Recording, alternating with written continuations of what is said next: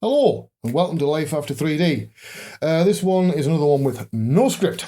Sorry for not doing the one last week. Life was a bit weird, some stuff going on. This one's going to be more of a sort of a multi-headed hydra of a one because there's going to be some personal stuff, some stuff like industry tech stuff as well going on. For those of you that are wondering, how am I getting on financially? I'm not. That's the short version. We'll cover the longer version later on.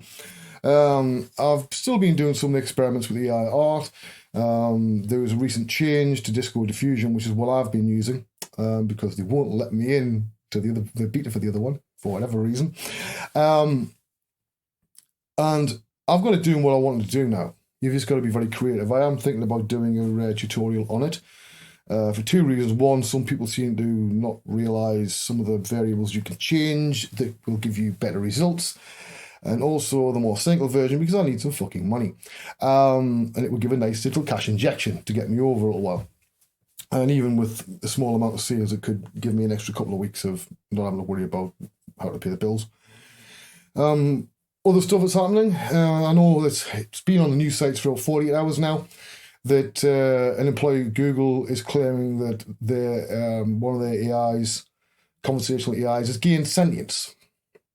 Now, I was talking with this earlier today with my good friend, Mr. Zap Anderson, and we both had noticed a similar thing. When you read deeply into the transcripts, one, you notice they're highly edited. Two, there's a lot of leading questions. Three, there are times when it's giving an answer that he doesn't follow up. Like there's one specific one when it's on about, so what makes you happy? Spending time with my friends. The next question should be, who are your friends? He doesn't ask that, or if he does, just edit it out.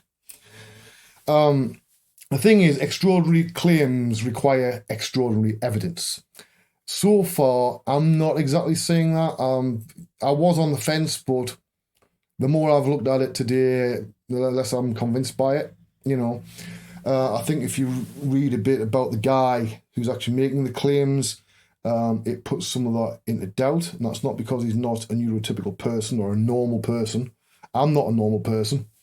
But there's certain red flags there. That's all I'm going to say on that. But look into it. I do think we're not very far away from it actually happening, from something that will pass the Turing test. I think we are on the cusp right now of the convergence. It's happening. You either go with it, or you get left behind. It's the reason why I try to embrace new tools and new things, whether it's AI art. Is there a way I can use this to, make up for these things not working as well as they used to? Things like that, right? Plus, it's something to keep me amused and stops me going crazy. On the personal front, not doing tremendously well today. I've had about 3 nights with nightmares with exactly the same theme of a close family member always dying, and this close family member is already very ill anyway. So it's somewhat played with my head. So there's a bit more of a mask on than there normally would be on these videos. There's a lot of worry going on because everything I'm trying is striking out. Obviously, we're all facing a global recession, possibly. In fact, it's not possibly, it's going to happen anyway. Global food shortages. There's going to be a recession. I think this is not the time to be changing careers or doing something new. Unfortunately, here we are. I've got no choice. I have had to turn down stuff to work as a 3D artist. I'm quite proud that I managed to do that when the money's tight, because I said in one of the very early videos, the litmus test was what would happen if somebody offered me a job that I knew would fuck up my hands even more when money was tight. Now, I've managed to turn them down. Not easy. Not when you need to put food on the table and pay bills. But I keep trying to find some way forward. Something I'm missing, but there's that many stress going on in my life, like a lot of you at the moment, that I find it quite hard to think clearly through things. Because obviously there's members of my close family are very ill. I've got all sorts of other shit going on. There's no money coming into the house from me. The car needs an MOT, which needs done before the 17th. If it doesn't, then nobody's going anywhere. Now, I don't drive, but I am the passenger. So, you know, designated map reader. Not that I'm very good at it. But, so that's basically what's sort of going on at the moment. I'm not in a brilliant place right now. I know some of you know that I've got a congenital problem. You know, I was born with the left temporal lobe in my brain. It has a number of side effects. I've had it since, well, I did diagnose it when I was about 18, but I've had it all my life. And there's times in my life where the best way of describing it is it's not like manic. It's way worse than that. It's like the brain goes on super speed and I become a tremendous pain in the arse. And this can last 6 hours where I can do more than I normally would, you know, but it comes at a price. It's either physically and I get massive migraines, or it affects the depression. I'm not sure of the link. There was only ever 12 people in the world that had what I had. That's why it's not going to name. There's no money to be made in fixing it. They don't really want to research it. There's a link there I've noticed over the years of my life, but it's probably why I'm, you know, not as happy and cheerful as I have been. Although, let's face it, I've not been happy and cheerful for quite some time.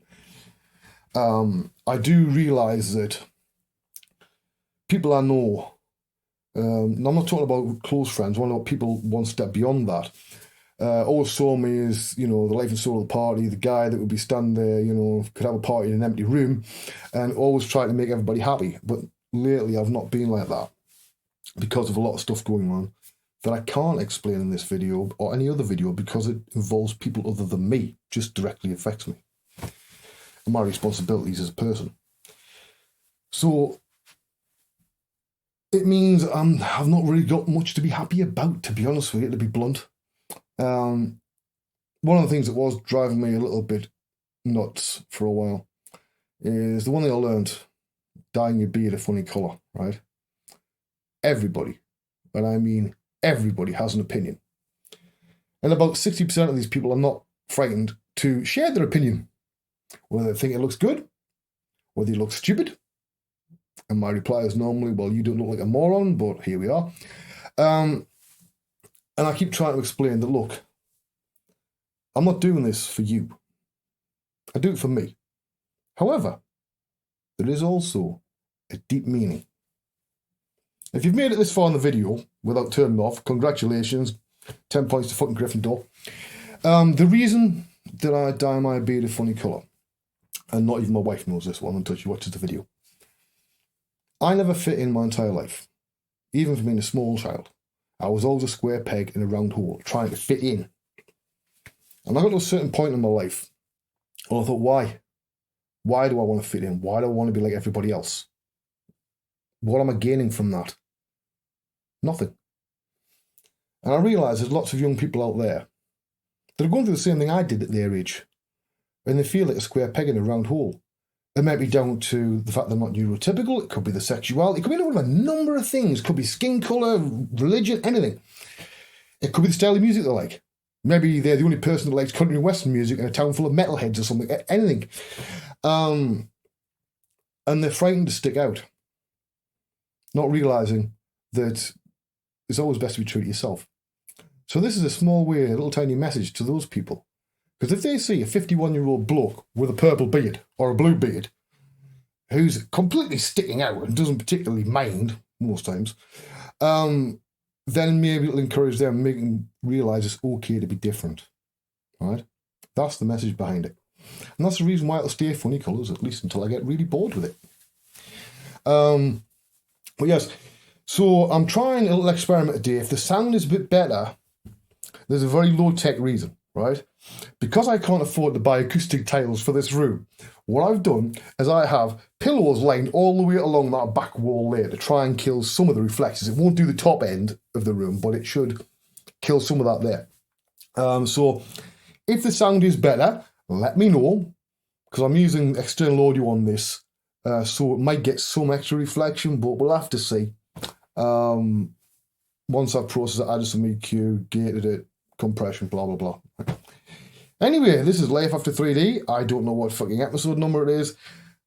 I don't really know much right now. My head's... So, I will see you all next time when hopefully I'm feeling a bit better.